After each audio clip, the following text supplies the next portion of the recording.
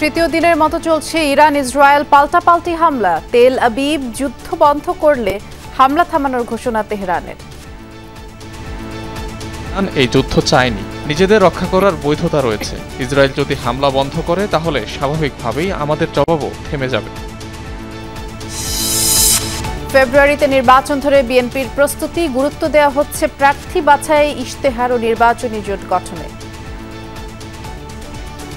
আমাদের দলের সিদ্ধান্ত হচ্ছে আমরা একক প্রার্থী নির্বাচন নির্ধারণ করব, একাধিক প্রার্থী হবে না।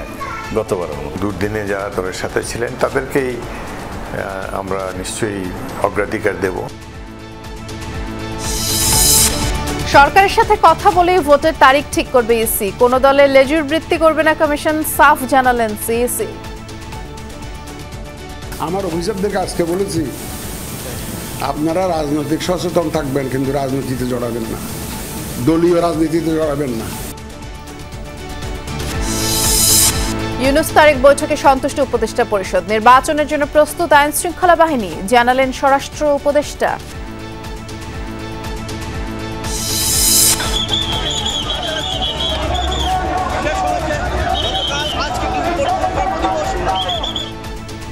ব্যারিকেড ভেঙে সচিবালয়ে ঢোকার চেষ্টা, শিক্ষক নিবন্ধন প্রত্যাশীদের। লাঠিচার্জ ও টিয়ারশেল ছুঁড়ে ছত্রভঙ্গ করল পুলিশ। যুক্তরাজ্যের সম্পদ জব্দই প্রমাণ করে অর্থ পাচারের অভিযোগ যথার্থ, মন্তব্য গভর্নরের। দুদকে হাজির হতে আবারও টিউলিপ সিদ্দিককে চিঠি।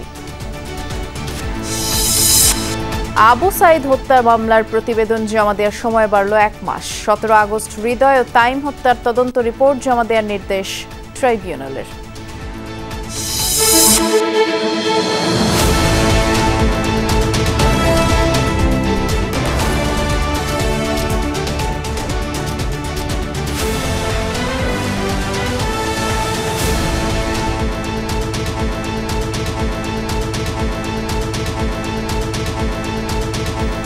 শুভেচ্ছা, আমন্ত্রণ সন্ধ্যার বাংলাদেশে। নুসরাত বৃষ্টির সাথে আছি। শিরোনামগুলো শুনছিলেন। অত্যাধুনিক প্রতিরক্ষা ব্যবস্থা ভেদ করে ইরানের একের পর এক ব্যালিস্টিক মিসাইল আঘাত হানছে ইসরায়েল ভূখণ্ডে। ধ্বংসস্তূপে পরিণত হয়েছে বহু স্থাপনা।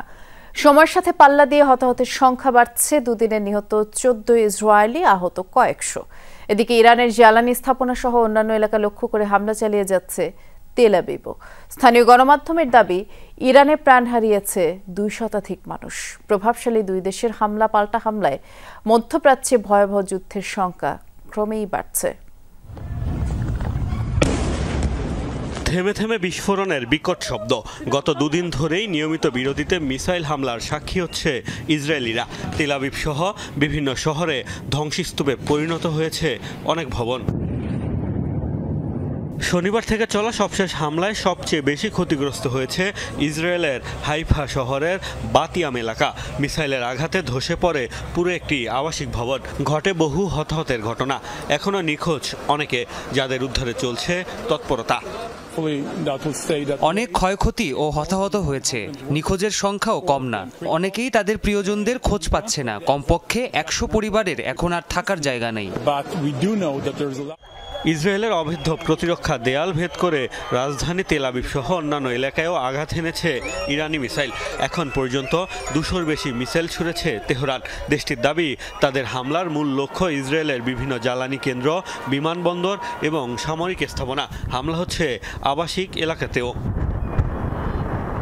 তেহরানের শাহরান তেল ডিপোতে হামলা চালিয়েছে ইসরায়েল। হামলা হয়েছে তাবরিজেও। কেরমানশাহ এলাকায় ইরানের প্রতিরক্ষা বাহিনীর একটি হেডকোয়ার্টার ও সামরিক ঘাঁটিও হয়েছে তেল আবিবের হামলা শিকার। মেহেরাবাদ বিমানবন্দরে ইরানের মিসাইল লঞ্চার সিস্টেম ধ্বংসের দাবিও করেছে দেশটি। বিমান ঘাঁটি ও আন্ডারগ্রাউন্ড মিসাইল স্টোরেজেও হামলার দাবি তাদের। এর পাশাপাশি হামলা চালানো হয় বন্দর আব্বাসেও। গত শুক্রবার থেকে এ পর্যন্ত ইরানের 150 স্থানে হামলা চালিয়েছে আইডিএফ। ইসরায়েলের দাবি, বেশ কয়েক বছর ধরেই ইরানে হামলার এই পরিকল্পনা সাজিয়েছে দেশটি। তেহরানে পৌঁছানো একটি গুরুত্বপূর্ণ সামরিক ও কৌশলগত অর্জন। বিমান বাহিনী এবং গোয়েন্দা বিভাগ বছরের পর বছর ধরে এই অভিযানের প্রস্তুতি নিয়েছে। ইসরায়েলি নাগরিকদের রক্ষায় যা যা করা দরকার সবই করব আমরা। তেহরান আর সুরক্ষিত নয়। ইরানের রাজধানী এবং তাদের সন্ত্রাসী প্রতিষ্ঠানগুলো এখন ইসরায়েলি হামলার আওতায়। এদিকে ইসরায়েলকে সহায়তা করলে মধ্যপ্রাচ্যে অবস্থিত যুক্তরাষ্ট্র, যুক্তরাজ্য ও ফ্রান্সের ঘাঁটিতে হামলার হুমকি দিয়েছে Iran. Mostafa Mahmud, Jamuna news. Israel সংঘাত বন্ধ করলে ইরান হামলা থামাবে। উত্তেজনা আর বাড়াতে চায় না তেহরান। মধ্যপ্রাচ্যে সহিংসতা বৃদ্ধি করতে অনাগ্রহী খামেনি প্রশাসন। সংবাদ সম্মেলনে এমনটা জানালেন ইরানের পররাষ্ট্রমন্ত্রী আব্বাস আরাগচি। আমরা চাই না এই সংঘাত আর বাড়ুক, যদি না সেটা আমাদের উপর চাপিয়ে দেওয়া হয়। অন্যান্য দেশে যাতে এই সংঘাত না ছড়ায় সেটাও চাই না। ইরান এই যুদ্ধ চায়নি, নিজেদের রক্ষা করার বৈধতা রয়েছে। ইসরায়েল যদি হামলা বন্ধ করে তাহলে স্বাভাবিকভাবেই আমাদের জবাবও থেমে যাবে। ইরানের সামরিক ঘাঁটি, পরমাণু কেন্দ্র এবং বাণিজ্যিক এলাকা থেকে দেশটির নাগরিকদের দ্রুত সরে যাওয়ার নির্দেশ দিয়েছে ইসরায়েল। ইরানের গণমাধ্যমের কাছে ফার্সি ভাষায় এই হুঁশিয়ারি পৌঁছে দেন ইসরায়েলের সামরিক বাহিনীর মুখপাত্র মাস্টার সার্জেন্ট কামাল পিনহাসি। ইরানিদের জন্য হুঁশিয়ারি, সামরিক ঘাঁটি আর বাণিজ্যিক এলাকা থেকে যত দ্রুত সম্ভব সরে যান। আপনাদের সুরক্ষার জন্য এই সতর্কবার্তা। পরবর্তী নির্দেশ না দেয়া পর্যন্ত ওই এলাকাগুলোতে ফিরবেন না। এসব স্থাপনার কাছাকাছি অবস্থান আপনার জীবনই হুমকির মুখে ফেলবে। এবার হরমুজ প্রণালী বন্ধের হুঁশিয়ারি দিল ইরান। বিষয়টি গুরুত্বের সাথে বিবেচনা করছে তেহরানের আইন প্রণেতারা, জানিয়েছেন রেভলিউশনারি গার্ডের কমান্ডার ইসমাইল। তবে ইরান সত্যিই যদি হুমকির বাস্তবায়ন করে পরিস্থিতি আরও টালমাটাল হবে। কৌশলগত গুরুত্বপূর্ণ রুটটি বন্ধে আন্তর্জাতিক তেল বাজারে তৈরি হবে অস্থিরতার স্বার্থে আঘাত হানলে পাল্টা ব্যবস্থা নিতে পারে যুক্তরাষ্ট্র, ইউরোপ, শঙ্কা বিশ্লেষকদের। তেল আমদানি রফতানিতে বিশ্বের সবচেয়ে গুরুত্বপূর্ণ রুট হরমুজ প্রণালী। ইরানকে এক প্রান্তে ওমান, অন্য প্রান্তে সংযুক্ত আরব আমিরাত থেকে বিচ্ছিন্ন করেছে এই জলপথ। পারস্য উপসাগরকে ওমান উপসাগরের সাথে যুক্ত করেছে কৌশলগত গুরুত্বপূর্ণ প্রণালীটি। এই প্রণালী দিয়েই পারাপার হয় বিশ্বের 20% তেল। পারস্য উপসাগরের একমাত্র প্রবেশপথ হওয়ায় হরমুজ প্রণালী ছাড়া উপসাগরীয় এলাকা দিয়ে কোনো কিছু পারাপার সম্ভব নয়। ইসরায়েলের সাথে উত্তেজনার মধ্যে ভৌগোলিক অবস্থানের এই সুবিধাটুকু নিতে চাইছে ইরান। এক সাক্ষাৎকারে তেহরানের পার্লামেন্টের নিরাপত্তা বিষয়ক সদস্য ইসমাইল কোসারি জানিয়েছেন, হরমুজ প্রণালী বন্ধের বিষয়টি বিবেচনা করছে তারা। ইসরায়েল ইরানের জ্বালানি স্থাপনায় হামলা বন্ধ না করলে দ্রুত নেওয়া হবে সিদ্ধান্ত। প্রণালী বন্ধের বিষয়ে গুরুত্ব সহকারে ভাবছে ইরানের আইন প্রণেতারা। শত্রুকে সাজা দেওয়ার বেলায় আমাদের হাত প্রশস্ত। সামরিক যে পদক্ষেপ নেওয়া হয়েছে তা আমাদের জবাবের একটি অংশ মাত্র। বিশ্লেষকরা বলছেন, হরমুজ প্রণালী বন্ধের সিদ্ধান্ত কার্যকর হলে তৈরি হবে বড় ধরনের রাজনৈতিক ও অর্থনৈতিক সংকট। তেলের বাজারে তৈরি হবে মারাত্মক অস্থিরতা। জ্বালানি খরচ বৃদ্ধি আর তার প্রভাব পড়বে বিশ্ববাজারের সব পণ্যে। ক্ষতিগ্রস্ত হবে সব দেশ। যুক্তরাষ্ট্র, ইউরোপের স্বার্থে আঘাত হানলে চুপ থাকবে না তারাও। ইরানের ওপর নতুন নিষেধাজ্ঞা দিয়েই হয়তো এবার ক্ষান্ত হবেন না মার্কিন প্রেসিডেন্ট ডোনাল্ড ট্রাম্প। হরমুজ প্রণালী বন্ধের অজুহাতে তেহরানের বিরুদ্ধে সামরিক শক্তিও প্রদর্শন করতে পারে ওয়াশিংটন, এমন শঙ্কাও করছেন অনেকে। গাজায় তেল আবিবের আগ্রাসনের প্রতিক্রিয়ায় 1.5 বছর ধরেই লোহিত সাগর ও আশপাশে ইসরায়েলের সাথে সম্পৃক্ত জাহাজ লক্ষ্য করে হামলা চালিয়ে আসছে ইয়েমেনের হুতিরা। তেহরান সমর্থিত গোষ্ঠীটির প্রভাবে অনেক দেশের নৌযানি এড়িয়ে চলছে ওই সাগরপথ। চলমান যুদ্ধ পরিস্থিতিতে হরমুজ প্রণালী বন্ধ ইরানের জন্য গেম চেঞ্জার হতে পারে বলে মনে করছেন অনেক বিশ্লেষক। Dorothy Dastrin, Jamuna news. ফেব্রুয়ারিতে জাতীয় সংসদ নির্বাচনের সম্ভাব্য সময় ধরেই ভোটের জন্য দৃশ্যমান প্রস্তুতি শুরু করেছে বিএনপি। প্রার্থী বাছাই, ইশতেহার, নির্বাচনী জোট, এই 3টি বিষয় সামনে রেখে আপাতত ভোটের কার্যক্রম এগিয়ে নিচ্ছে দলটি। এর মধ্যে প্রার্থী বাছাইয়ে করা হয়েছে কয়েকটি জরিপ, কোন্দল নিরসনে কৌশল নেওয়া হয়েছে। বিএনপি নেতারা জানান, প্রত্যেক আসনে একজনই পাবে ধানের শীষের চিঠি। আর যুগপৎ আন্দোলনের শরিকদের নিয়ে নির্বাচনী জোট হলেও মনোনয়নে গুরুত্ব পাবে জনভিত্তি। সহকর্মী আরিফিন শাকিলের রিপোর্ট। কারচুপির অভিযোগে 2021 সালের ফেব্রুয়ারিতে নির্বাচনী লড়াই ছেড়ে গণতন্ত্র ফেরানোর সংগ্রামে মনোযোগী হয় বিএনপি। এরপর শেখ হাসিনার আমলে আর কোনো নির্বাচনে অংশ নেয়নি দলটি। লন্ডনে প্রধান উপদেষ্টার সাথে বৈঠকে নির্বাচনের সন্তোষজনক সময় নির্ধারণের পর এখন ভোটের প্রস্তুতিতে চোখ তারেক রহমানের। এই অবস্থায় দলটির বড় চ্যালেঞ্জ প্রার্থী বাছাই। 5 আগস্টের পর প্রতি আসনে বিএনপির হয়ে নির্বাচনে আগ্রহী অসংখ্য প্রার্থী নেমেছেন গণসংযোগে। অবশ্য দলটির হাইকমান্ডও উপযুক্ত প্রার্থী বাছাইয়ে এরই মধ্যে কয়েক দফা জরিপ চালিয়েছেন। সেই অনুযায়ী অতীতের সংসদ নির্বাচনের অভিজ্ঞ প্রার্থী নাকি 2018 সালের মতো একাধিক প্রার্থীকে চিঠি দেওয়ার কৌশল নিতে যাচ্ছে বিএনপির মনোনয়ন বোর্ড। মাঠ পর্যায়ে প্রার্থী সিলেকশন থেকে শুরু করে আমাদের নির্বাচনী ম্যানিফেস্টো কেন্দ্রীয়ভাবে সেটা প্রণয়ন করা, যদিও আমরা সেই কাজটা শুরু করে দিয়েছি, এবং অন্যান্য বিষয় যেগুলো নির্বাচনমুখী আমাদের করা দরকার হয়, সাংগঠনিক কাঠামো, এসব কিছু আমরা অলরেডি চলমান, কিন্তু তারপর আমরা এর উপরে একটু জোর দিতে হবে। এখন আমাদের দলের সিদ্ধান্ত হচ্ছে আমরা একক প্রার্থী নির্ধারণ করব, একাধিক প্রার্থী হবে না গতবারের মতো। দলের প্রতি কার কতটুকু ত্যাগ রয়েছে, নিঃস্বার্থভাবে দলকে সেবা করেছেন এবং দুর্দিনে যারা দলের সাথে ছিলেন তাদেরকেই আমরা নিশ্চয়ই অগ্রাধিকার দেব। আমাদের অ্যাক্টিং চেয়ারম্যানও কয়েকটি সার্ভে করেছেন, আরও করবেন, যার ফলে ছাকনিতে নিশ্চয়ই যোগ্যতম ব্যক্তি উঠে আসবেন এবং তাকেই মনোনয়ন দেওয়া হবে। 31 দফার আলোকে হবে বিএনপির নির্বাচন ইশতেহার। সেখানে জুলাই সনদের কিছু অমীমাংসিত বিষয় যুক্ত করার পাশাপাশি থাকছে দেশ বাঁচানোর আহ্বানে নতুন চমক। যে সকল সংস্কার বিষয়ে ঐক্যমত হবে, তো সেগুলোরও কিছু কিছু প্রতিফলন থাকতে পারে আমাদের ইলেকশন ম্যানিফেস্টোতে। গণ আন্দোলন পরবর্তী নির্বাচনী সমীকরণে এগিয়ে থাকলেও যুগপৎ আন্দোলনের সঙ্গীদের যৌক্তিক আসন দিতে চায় বিএনপি। এরই মধ্যে 6 সমমনা দলের নেতাকে সহযোগিতা করতে চিঠিও দিয়েছে দলটি। জামায়াত সহ কয়েকটি ইসলামপন্থী দল ছাড়া বাকিদের কাছে রাখতে চান তারা।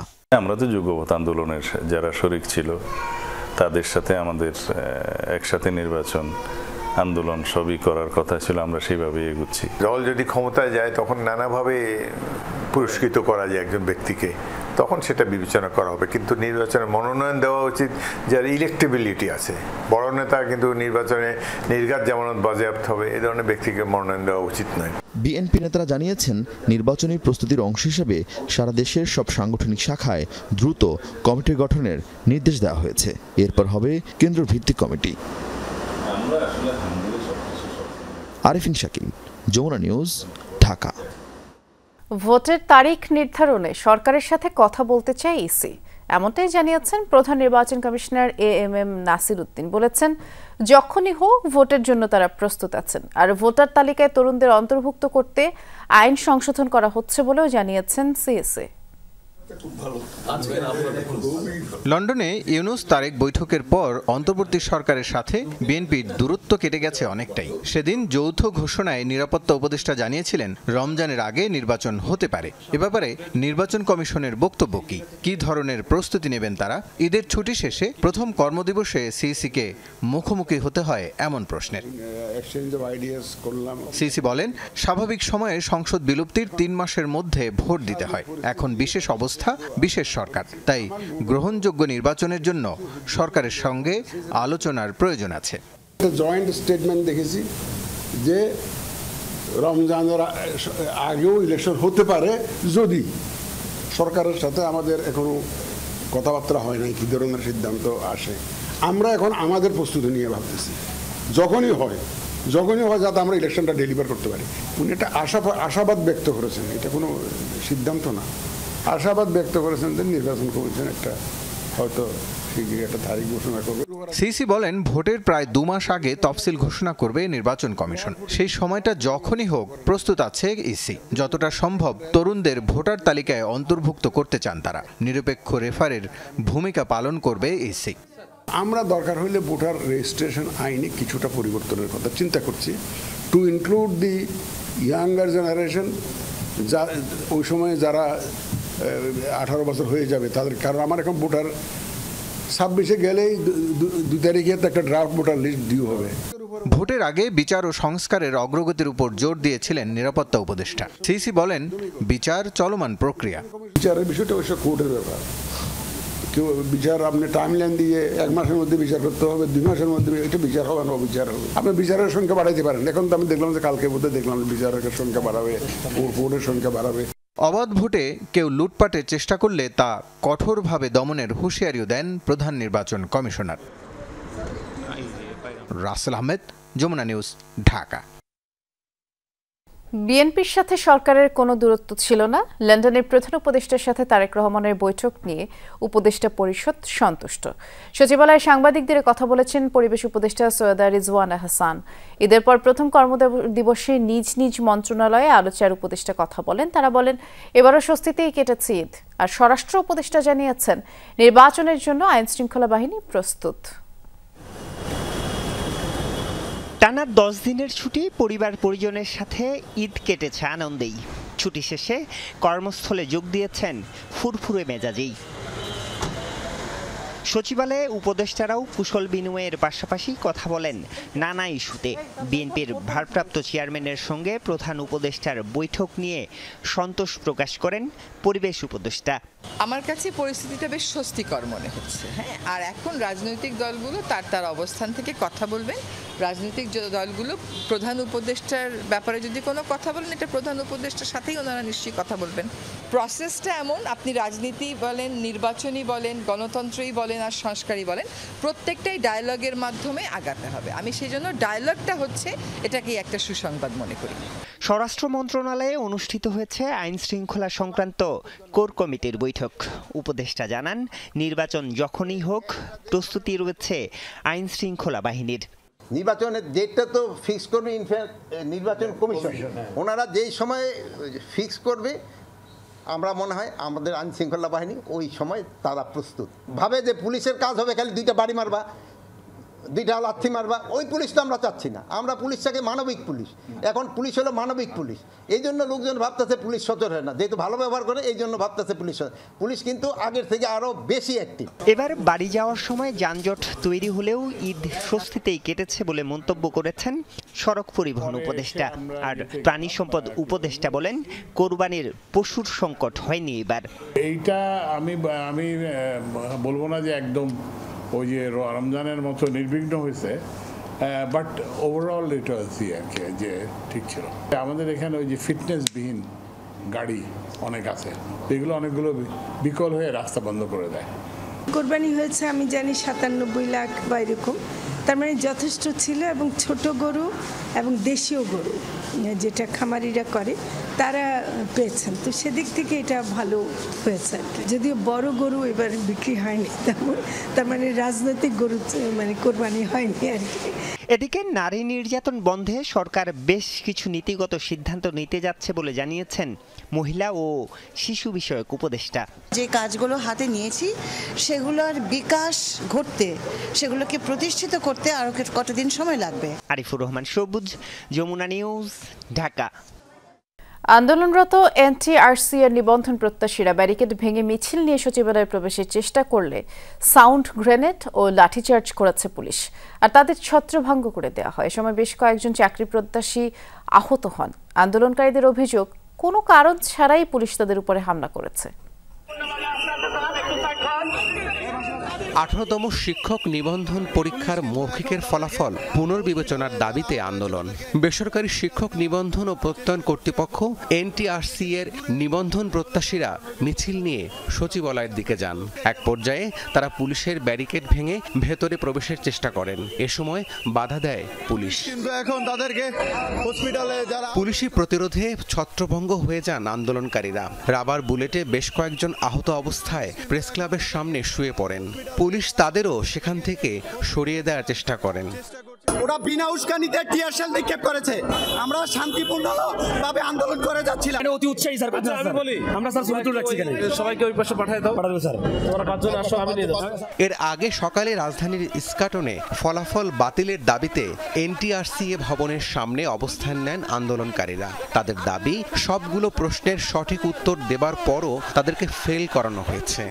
কোনো বোর্ডে তারা 30 জনের মধ্যে 29 জনকে ফেল করায় দিছে, আবার কোনো বোর্ডে তারা 30 জনের মধ্যে 30 জনকে পাস করায় দিছে। কোরআনে কয়টা সূরা আছে আমি বললাম, তারপর বললো উহুদ যুদ্ধ কত সাল হয়েছে আমি বললাম, বদর যুদ্ধ কত সাল হলো আমি বললাম, বললো মাশাআল্লাহ আপনি খুব ভালো হয়েছে, আসতে পারেন।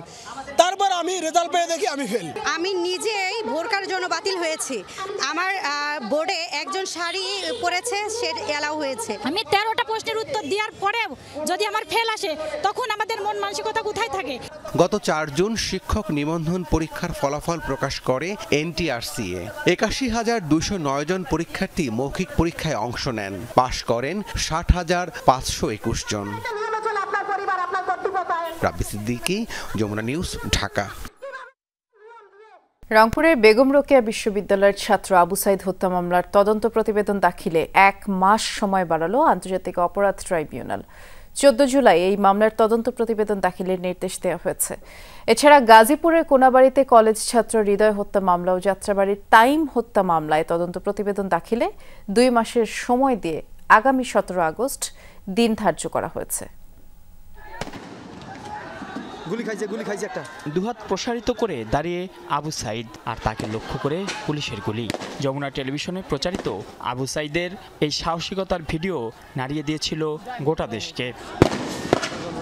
রোববার ট্রাইব্যুনালে হাজির করা হয় আবু সাইদ হত্যা মামলার আসামি সাবেক পুলিশ সদস্য SI আমির হোসেন, কনস্টেবল সুজন চন্দ্র রায়, ছাত্রলীগ নেতা শফিকুল ইসলাম ও ইমরান হোসেনকে।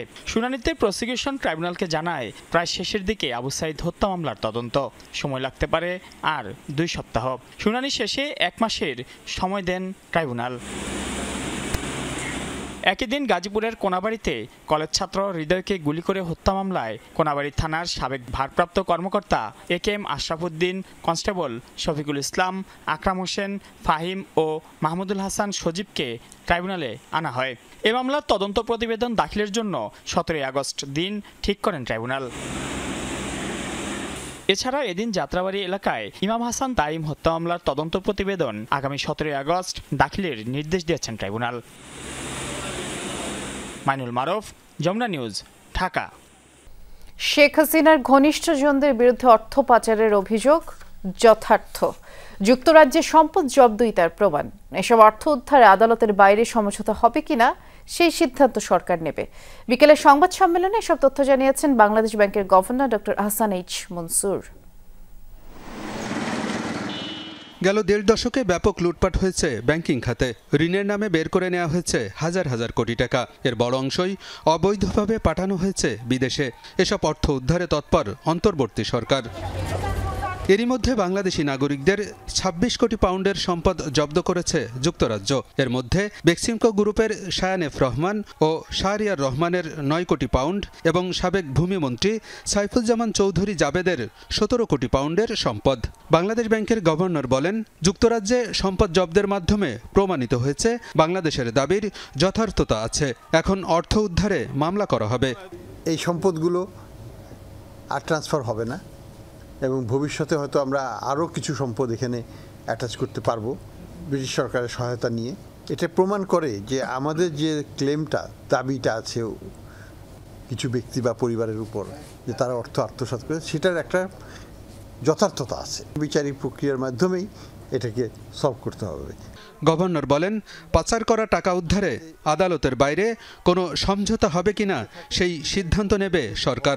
আউট অফ কোর্ট সেটেলমেন্ট যদি যেতে হয় সেটাও একটা প্রক্রিয়া। সেখানে তখন লয়াররা আলাপ করবে এবং তারা ক্লায়েন্টদের সাথে, দুই পক্ষের ক্লায়েন্টের সাথে আলাপ করে যে একটা সমঝোতা আসতে পারে কিনা, সেটাও একটা প্রক্রিয়া। এটা সিদ্ধান্ত সরকারকে নিতে হবে। দুবাইতে মেয়ের ফ্ল্যাট কিনা নিয়ে ওঠা অভিযোগ নিয়েও মন্তব্য করেন গভর্নর। বলেন, বানোয়াট তথ্যের ভিত্তিতেই অভিযোগ তোলা হচ্ছে, কেউ অর্থ পাচারের প্রমাণ দিতে পারবে না। যখনই আমি লন্ডনে যাই তখনই এই অ্যাটাকটা হয়। এটা পুরোপুরিভাবে বানোয়াট তথ্যের উপর ভিত্তি করে করা এবং পার্সোনাল অ্যাটাক এবং ক্যারেক্টার অ্যাসাসিনেশন হচ্ছে এটার মূল উদ্দেশ্য। এখানে কোনো সত্যতা নাই এবং যদি কোনো প্রমাণ থাকে যে আমি $1 পাঠিয়েছি, আপনার প্রমাণটা নিয়ে আসেন, কাউকে আমি চ্যালেঞ্জ দিয়ে বলছি যে কেউ দেখাতে পারেন কিনা। গভর্নর জানান, এরই মধ্যে শেষ হয়েছে দুর্বল ব্যাংকের সম্পদ মূল্যায়নের কাজ। কয়েক মাসের মধ্যেই একীভূতকরণের তৎপরতা শুরু হবে। প্রথম ধাপে আমরা যেটা আশা করছি যে কিছু ব্যাংককে আমরা একীভূত করব, সেটা হয়তো আগামী কয়েক মাসের মধ্যে আমরা কাজটা শুরু করে দেব। এটার সাথে সরকার পরিবর্তনের কোনো সম্পর্ক নয়, এটা একটা চলমান প্রক্রিয়া। ব্যাংক একীভূত হলেও কারো চাকরি নিয়ে ভয়ের কিছু নেই বলেও জানিয়েছেন গভর্নর। আলমগীর হোসেন, যমুনা নিউজ, ঢাকা। দুর্নীতির অভিযোগে পলাতক শেখ হাসিনার ভাগ্নি ও ব্রিটিশ এমপি টিউলিপ সিদ্দিককে আবারও তলব করে 22 জন চিঠি দিয়েছে দুদক। অবৈধভাবে ফ্ল্যাট গ্রহণের মামলায় ঢাকার 5 ঠিকানায় এই নোটিশ পাঠানো হয়েছে। এদিকে সাবেক অর্থমন্ত্রী সাইফুর রহমানের ছেলে নাসির রহমানের বিরুদ্ধে অনুসন্ধানের শুরু করেছে দুদক। রাজধানীর গুলশান 2-এর 11 নম্বর সড়কের অবৈধভাবে ইস্টার্ন হাউজিং থেকে ফ্ল্যাট গ্রহণের মামলায় গেল মে মাসে সাবেক ব্রিটিশ এমপি টিউলিপ সিদ্দিকীকে তলব করে চিঠি দেয় দুদক। তবে সংস্থাটির দাবি তিনি চিঠি পাচ্ছে না বলে বিভিন্ন মাধ্যমে অভিযোগ করছেন। এমন প্রেক্ষাপটে টিউলিপের রাজধানীর 5টি ঠিকানায় 22 জুন তলব করে চিঠি পাঠিয়েছে দুদক। সংশ্লিষ্ট থানা, রেজিস্ট্রি ডাকযোগে এবং সরাসরি দুদক কর্মকর্তারা এসব ঠিকানায় চিঠি প্রকাশ্য স্থানে রাখবে। দুর্নীতি দমন কমিশন থেকে মামলা রুজু করা হয়েছিল। উক্ত মামলার তদন্তকালে তদন্তকারী কর্মকর্তা জনাব রেজওয়ান সিদ্দিকীর ঢাকায় বাংলাদেশে তার 5টি ঠিকানা পাওয়া গেছে। সেই ঠিকানাগুলোতে তাকে জিজ্ঞাসাবাদের জন্য পত্র প্রেরণ করা হয়েছে। এদিকে বিএনপির সাবেক অর্থমন্ত্রী সাইফুর রহমানের ছেলে নাসিরুর রহমানের বিরুদ্ধে অবৈধ সম্পদ অর্জনের অভিযোগে অনুসন্ধান শুরু করেছে সংস্থাটি। আমাদের যে স্কোরিং আছে 100 মার্কে যে স্কোরিং করা হয়, সেই যে কোনো অভিযোগ যদি 80 বা তদূর্ধ্ব মার্কস পেয়ে থাকে তাহলে সেটা অনুসন্ধানের জন্য বিবেচিত হয়ে থাকে এবং যাচাই বাছাই কমিটির সুপারিশ ক্রমে কমিশনের অনুমোদনের প্রেক্ষিতে অনুসন্ধানের কাজ শুরু করা হয়ে থাকে। একই সঙ্গে নাসিরুর রহমানের সম্পদ জব্দ এবং ব্যাংক অ্যাকাউন্ট অবরুদ্ধ করতে সংশ্লিষ্ট কর্মকর্তাকে জানাতেও চিঠিতে বলা হয়েছে। অনুসন্ধানকালে অভিযোগ সংশ্লিষ্ট রিয়াজ রায়হান, যমুনা নিউজ, ঢাকা। মার্চ শেষে ব্যাংকিং খাতে খেলাপি ঋণ বেড়ে দাঁড়িয়েছে 4,20,000 কোটি টাকার উপরে, আর বিতরণ করা ঋণের 24.13% খেলাপি, যা বাংলাদেশের ইতিহাসে খেলাপি ঋণের নতুন রেকর্ড। চলতি বছরের প্রথম প্রান্তিকে খেলাপি ঋণ বেড়েছে 74,500 কোটি টাকার বেশি। বাংলাদেশ ব্যাংকের তথ্য অনুযায়ী চলতি বছরের মার্চ পর্যন্ত ব্যাংকিং খাতে বিতরণ করা ঋণের পরিমাণ 17,41,992 কোটি টাকা। এর মধ্যে খেলাপি 4,20,334 কোটি টাকা। রাষ্ট্রায়ত্ত বাণিজ্যিক ব্যাংকের বিতরণ করা ঋণের প্রায় অর্ধেকই খেলাপি, আর মার্চ পর্যন্ত রাষ্ট্রায়ত্ত বাণিজ্যিক ব্যাংকগুলো ঋণ দিয়েছে 3,19,000 কোটি টাকার কিছু বেশি। এর মধ্যে খেলাপি 1,46,000 কোটি টাকা, যা বিতরণ করা ঋণের 45.79%। আর এ সময়ে বেসরকারি বাণিজ্যিক ব্যাংকগুলো ঋণ দিয়েছে 13,10,000 কোটি টাকা। এর মধ্যে খেলাপি 2,64,000 কোটি টাকা, যা বিতরণ করা ঋণের 20.16%। আর বিদেশি ব্যাংকের খেলাপি ঋণের হার 4.83% এবং বিশেষ ব্যাংকের ক্ষেত্রে এই হার 14.47%। খেলাপি ঋণের সাথে বেড়েছে প্রভিশন সংরক্ষণের ঘাটতিও। নারীর ক্ষমতায়ন নিশ্চিতে জাতীয় সংসদ নির্বাচনে সরাসরি ভোটে নারী প্রতিনিধি নির্বাচনের দাবি জানিয়েছে নাগরিক কোয়ালিশন, আর এই প্রক্রিয়া বাস্তবায়নে 4 দফা সুপারিশও দিয়েছে তারা। এ বিষয়ে রাজনৈতিক দলগুলোর আন্তরিক হওয়ার আহ্বান জানিয়েছেন তারা। বিদ্যমান নির্বাচনী ব্যবস্থায় জাতীয় সংসদে নারীদের জন্য সংরক্ষিত আসন রয়েছে 50টি। রাজনৈতিক দলগুলোর ইচ্ছা অনুসারে সেসব আসনে প্রার্থী ও প্রতিনিধি নির্বাচন করা হয়। তার পরিবর্তে সরাসরি ভোটের বিধান চায় নাগরিক কোয়ালিশন। কনস্টিটুয়েন্সি না থাকা প্রতিনিধিত্ব এবং নেতৃত্ব তৈরি করার ক্ষেত্রে একটা বড় অবস্টাকল বা বাধা হিসেবে কাজ করে। রোববার বিকালে রাজধানীতে এক গোলটেবিল আলোচনায় বক্তারা বলেন, বিগত জাতীয় সংসদগুলোয় নারীর অংশগ্রহণ খুব একটা সন্তোষজনক ছিল না। এই অবস্থা পরিবর্তনে কাজ শুরু করতে হবে আগামী নির্বাচন থেকেই। আসন সংখ্যা বাড়িয়ে নারীদের জন্য এবং সাধারণ আসন এবং নারীদের আসন দুটোকে রাখার দরকার এবং উভয় ক্ষেত্রেই সর্বজনীন ভোটের ব্যবস্থা রাখা দরকার। 4 টার্মে যদি প্রত্যেকটা আসন থেকে একজন না করে নারী নির্বাচিত হয়ে আসতে পারে, তাহলে কিন্তু যারা যোগ্য নারী তারা কনস্টিটিউয়েন্সি ডেভেলপ করে পরবর্তীতে পুরুষের সাথে প্রতিদ্বন্দ্বিতা করে জিতে আসতে পারবে। সবাই মানছেন রাতারাতি কোনো পরিবর্তন হবে না, কিন্তু শুরুটা করতে হবে। এক্ষেত্রে রাজনৈতিক দলগুলোর সদিচ্ছার কোনো বিকল্প নেই। এ বিষয়ে বিভিন্ন পরামর্শ তুলে ধরেন বিভিন্ন দলের প্রতিনিধিরা। দলকেও কিন্তু সহযোগী হতে হবে আর্থিক বরাদ্দ দেওয়ার ক্ষেত্রে এবং স্থানীয়ভাবে নারী প্রতিনিধিত্বদেরকে হেল্প করার জন্য। নিজের দলের ভিতরে যদি আমি নারীদের সংখ্যা না বাড়াতে পারি, এবং সেটা আমি বিএনপি থেকে বলতে চাই যে বিএনপি কনসিয়াসলি এটা করছে, চেষ্টা করছে, ইনশাআল্লাহ আমাদের আরো বাড়বে। আমাদের যা আছে আমাদের এনাফ না। সরাসরি নির্বাচন হলে তৃণমূল থেকে নারী নেতৃত্ব উঠে আসার সুযোগ থাকে। কারেন্ট বাস্তবতায় শুধুমাত্র দলের কাছে যেতে হচ্ছে, কিন্তু যখন সরাসরি নির্বাচন হবে তখন সেই নারীকে এলাকায় যেতে হবে, তৃণমূলে গিয়ে তার ক্যাম্পেইন করতে হবে, মানুষের কাছে ভোট চাইতে হবে। ন্যূনতম ধরেন আমরা 100 আসন থেকে যদি 50 জনকে মেয়েদেরকে দেই, 10% অ্যাটলিস্ট যেন ডাইরেক্ট ইলেকশনে আসে পার্টিগুলোকে, সেটার জন্য চেষ্টা করা। পর্যায়ক্রমে জাতীয় সংসদে নারীদের অংশগ্রহণ 50% পর্যন্ত উন্নীত করার কথা বলেন গোলটেবিলে অংশ নেয়া বক্তারা। তাজনুর ইসলাম, যমুনা নিউজ, ঢাকা। দীর্ঘ 10 দিনের ঈদের ছুটি শেষ হলেও চিরচেনা রূপ ফিরে পায়নি রাজধানী ঢাকা। কর্মদিবসেও রাস্তার যানজট তুলনামূলক কম ছিল, অফিস আদালতে ছিল ঢিলে ঢালা ভাব। রাজধানীর ব্যস্ত রূপে ফিরে যেতে আরও 1 সপ্তাহ সময় লাগবে বলেই মনে করছেন কর্মজীবীরা।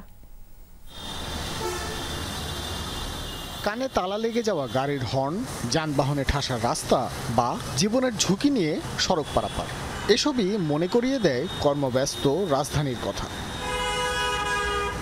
এরই মধ্যে যারা রাজধানীতে ফিরেছেন তাদের মাঝে শুরু হয়েছে জীবনযুদ্ধে এগিয়ে থাকার সেই পুরনো প্রতিযোগিতা। সপ্তাহের প্রথম দিন সড়কের সিগন্যালগুলোতে ছিল গাড়ির চাপ, তবে যাত্রীদের খুব একটা অপেক্ষা করতে হয়নি। বাসে চড়ার ক্ষেত্রেও ছিল না চিরচেনা হুড়োহুড়ি। যারা কর্মস্থলে তাদের মাঝেও ছিল ঢিলেঢালা ভাব। সব প্রতিষ্ঠানেই ছিল ঈদ শুভেচ্ছা বিনিময় আর উৎসবের গল্প। পারিবারিক বন্ধন দৃঢ় করতেই 1-2বার এমন দীর্ঘ ছুটির প্রয়োজন বলে জানান কর্মজীবীরা। ঈদের বন্ধে যেহেতু কোরবানির ঈদ, একটু বেশি বন্ধ হলে সবাই কোরবানিটা ভালো করে দিতে পারে, এটা ভালোই হয়েছে, বেশি বন্ধ হয়েছে। ফ্যামিলির কথা তো আসলে অনেক মনে পড়তেছে। ঢাকাতে আসার পর কাজে হয়তো মনোযোগী হয়ে কাজ করতেছি, কিন্তু তারপরেও মনটা যেন মনে হচ্ছে বাড়িতেই পড়ে আছে। ঈদে হয়তো যানজট হতে পারে, তাই চিন্তা করে বারোটায় কিন্তু ঢাকাতে পৌঁছেছি। এখন নতুন কাজে আসছি, উদ্যমের সহিত কাজ করছি, ভালোই লাগতেছে। ছুটির পর কর্মচাঞ্চল্য ফিরে এসেছে ব্যাংক পাড়াতেও। আর্থিক লেনদেনের জন্য প্রতিটি ক্যাশ কাউন্টারেই ছিল ভিড়। বাসায় আব্বা আম্মা আছে, সবার কথাই মনে পড়ছে। আরও কয়েকদিন ছুটিটা যদি লম্বা হতো আরেকটু ভালো লাগতো আর কি। অস্থিরতা থাকতো যে বাড়ি যাব, আবার খুব দ্রুত ব্যাক করতে হবে, ঈদের ছুটির পরপরই অফিস শুরু হচ্ছে, এই অস্থিরতাটা আমাদের মধ্যে ছিল না। খুব শান্তি মতোই গিয়ে ঈদ সম্পন্ন করতে পেরেছি। ভীষণ ভালো লাগছে এই ভেবে যে আমার হয়তো কর্মজীবনে 6 বছর, এর ভিতর সবচেয়ে বেশি ছুটিটা আমি এবার পেয়েছি। মিস করছি ফ্যামিলিকে, যেহেতু ফ্যামিলি ছেড়ে চলে আসা। ঈদ আর দীর্ঘ ছুটি শেষে রাজধানী ছেড়ে যাওয়া মানুষের সংখ্যাও কম নয়। যাদের মাঝে শ্রমজীবী আর বেসরকারি কর্মজীবীর সংখ্যাই বেশি। দফায় দফায় ছুটি শেষে রাজধানী ফিরবে তার ব্যস্ত চিরচেনা রূপে, এমনটি প্রত্যাশা সকলের। ভাস্কর ভাদুরী, যমুনা নিউজ, ঢাকা। মুক্তিযুদ্ধের অন্যতম সংগঠক ও গণফোরাম সভাপতি মোস্তফা মহসিন মন্টু ইন্তেকাল করেছেন। ইন্না লিল্লাহি ওয়া ইন্না ইলাইহি রাজিউন। মৃত্যুকালে তার বয়স হয়েছিল 79 বছর। রোববার বিকেল 5টায় রাজধানীর একটি বেসরকারি হাসপাতালে চিকিৎসাধীন অবস্থায় শেষ নিঃশ্বাস ত্যাগ করেন তিনি। মৃত্যুর কথা নিশ্চিত করে তার পারিবারিক সূত্র। মোস্তফা মহসিন মন্টুর মৃত্যুতে তার দল গণফোরামের পক্ষ থেকে শোক প্রকাশ করা হয়েছে। বিএনপির ভারপ্রাপ্ত চেয়ারম্যান তারেক রহমান শোক জানিয়েছে জাতীয় সমাজতান্ত্রিক দল জাসদ এবং মরদেহ দেখতে হাসপাতালে গিয়েছেন বিএনপি মহাসচিব মির্জা ফখরুল ইসলাম আলমগীর। আলোচনায় ইরানের ব্যালিস্টিক মিসাইলের ভান্ডার। ইসরায়েলে এ পর্যন্ত 200-র বেশি ক্ষেপণাস্ত্র ছুড়েছে তেহরান, যার মধ্যে অনেকগুলোই সফলভাবে আঘাত হানেছে ইসরায়েলি ভূখণ্ডে। দেশটি রয়েছে হজকেশেম, খোররাম শহরের মতো বেশ কিছু আলোচিত ব্যালিস্টিক মিসাইল। খোদ ইসরায়েলেরই দাবি যে পরিকল্পনা ইরান এগোচ্ছে তাতে 6 বছরের মধ্যে তাদের ভান্ডারে ব্যালিস্টিক ক্ষেপণাস্ত্রের সংখ্যা 20,000-এর ঘর ছাড়াবে। ইসরায়েলের আকাশে বৃষ্টির মতো পড়ছে মিসাইল, যা ছোড়া হয়েছে আনুমানিক 2000 কিলোমিটার দূরত্বের ইরানি ভূখণ্ড থেকে। মিসাইল প্রযুক্তিতে মধ্যপ্রাচ্যের অন্যতম পরাশক্তি ইরান। ইসরায়েলের ব্যাপক ক্ষয়ক্ষতির পর সেটি যেন আবারও প্রমাণ হলো। খোদ ইসরায়েলি প্রধানমন্ত্রী নেতানিয়াহুকেই ইরানের মিসাইল সক্ষমতা নিয়ে উদ্বেগ প্রকাশ করতে দেখা গেছে। তার দাবি, তেহরান প্রতি মাসে 300 ব্যালিস্টিক ক্ষেপণাস্ত্র তৈরির পরিকল্পনা হাতে নিয়েছে, যা বাস্তবায়িত হলে আগামী 6 বছরে তাদের ভান্ডারে ভয়াবহ এই অস্ত্রের সংখ্যা ছাড়াবে 20,000-এর ঘর। আমাদের লক্ষ্য শুধু ইরানের পারমাণবিক স্থাপনাই নয়, তাদের ব্যালিস্টিক মিসাইল তৈরির সক্ষমতা কমানো। এই যুদ্ধাস্ত্র উৎপাদনের গতি বাড়িয়ে দিয়েছে তারা। এমন একটি সিস্টেম তৈরির চেষ্টা করছে যা মাসে 300 ব্যালিস্টিক ক্ষেপণাস্ত্র তৈরিতে সক্ষম। ইসরায়েলি গোয়েন্দা সূত্র বলছে, বর্তমানে ইরানের রয়েছে প্রায় 2000 ব্যালিস্টিক ক্ষেপণাস্ত্র, 2 বছরের মধ্যে যা পৌঁছাবে 8000-এ। তেহরানের কাছে বর্তমানে রয়েছে অন্তত 12 ধরনের স্বল্প ও মাঝারি পাল্লার ব্যালিস্টিক মিসাইল। ইরানের সবচেয়ে আধুনিক ও শক্তিশালী ব্যালিস্টিক মিসাইলগুলোর একটি হলো খোররাম শহর। তরল জ্বালানি চালিত মাঝারি পাল্লার ক্ষেপণাস্ত্রটি অতিক্রম করতে পারে 2000 কিলোমিটার পর্যন্ত দূরত্ব। সলিড ফুয়েল চালিত মাঝারি পাল্লার আরেকটি ব্যালিস্টিক মিসাইল হলো সাজ্জিল। প্রায় 700 কেজি ওজনের অস্ত্র বহনে সক্ষম ক্ষেপণাস্ত্রটিও আঘাত হানতে পারে 2000 কিলোমিটার দূরত্বে। তেহরানের স্বল্প পাল্লার ব্যালিস্টিক মিসাইলের মধ্যে রয়েছে টন্ডার 69। চীনে তৈরি হলেও ইরানের সশস্ত্র বাহিনী পরিচালনা করে এ যুদ্ধাস্ত্রটি। এছাড়া দেশটির সমরাস্ত্র ভাণ্ডারে রয়েছে জেরিকো, লোরা সহ নানা পাল্লার ব্যালিস্টিক ক্ষেপণাস্ত্র। ইরানি গণমাধ্যমগুলোর দাবি, গত মে মাসে উন্মোচিত হওয়া হজ কাশেম মিসাইল দিয়ে ইসরায়েলে বর্তমানে হামলা চালাচ্ছে দেশটি। Rezwana Saima, Jamuna news.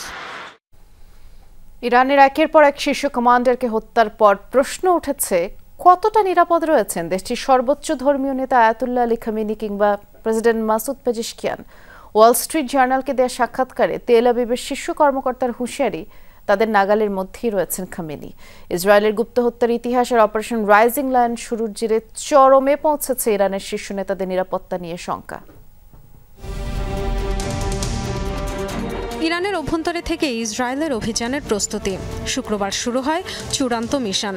Operation rising লায়নে target কিলিংয়ের শিকার হন ইরানের শীর্ষ 22 সামরিক কমান্ডার। সেনা, আইআরজিসি প্রধান ছাড়াও রয়েছেন অ্যারোস্পেস বাহিনীর প্রধান এবং বিমান বাহিনীর উচ্চপদস্থ কর্মকর্তারা। ইসরায়েলের অভিযানে প্রাণ হারান 9 পরমাণু বিজ্ঞানীও। এমন পরিস্থিতিতে ইরানের সর্বোচ্চ নেতা Ayatollah Ali Khamenei, president Masoud Pezeshkian সহ শীর্ষ নেতাদের নিরাপত্তা নিয়ে তৈরি হয়েছে শঙ্কা। তারা কোথায়, কিভাবে আছেন তা স্পষ্ট না হলেও ইসরায়েলের দাবি, তেল আবিবের নাগালের মধ্যেই রয়েছেন ইরানি কর্মকর্তারা। অতীতেও ইরানে ঢুকে ইসরায়েলের গোয়েন্দা সংস্থা মোসাদের এজেন্টদের হামলা ও কিলিং মিশনের বহু নজির রয়েছে। গত 1.5 দশকে দেশটির কমপক্ষে 5 জন পরমাণু বিজ্ঞানী গুপ্ত হত্যার শিকার হয়েছেন। গত বছর জুলাইয়ে ইরানের নতুন প্রেসিডেন্ট মাসুদ পেজেশকিয়ানের অভিষেক আয়োজনে যোগ দিতে গিয়ে ইসরায়েলের হামলায় নিহত হন হামাস প্রধান ইসমাইল হানিয়া। তেল আবিবের এমন অতীতের কারণেই আবারও উদ্বেগ ছড়িয়েছে ইরানের নেতাদের নিরাপত্তা নিয়ে। Dorothy Tastrin, Jamuna news. ভারতের উত্তরপ্রদেশে খনন কাজ চলার সময় 6টি বহুতল ভবন ধসে পড়েছে এবং ধ্বংসস্তূপের নিচে অনেকে চাপা পড়েছেন। তবে এখনও হতাহতের কোনো তথ্য পাওয়া যায়নি। রোববার রাজ্যটির মথুরা শহরে এই দুর্ঘটনা ঘটে। অঞ্চলটিতে ভারী খনন কাজ চলছিল। ধারণা করা হচ্ছে এ কারণে আশপাশের ভবনগুলোর ভিত্তি দুর্বল হয়ে পড়ে। দুর্ঘটনার খবর পাওয়া মাত্রই ঘটনাস্থলে পৌঁছায় ফায়ার সার্ভিস উদ্ধারকারী দল।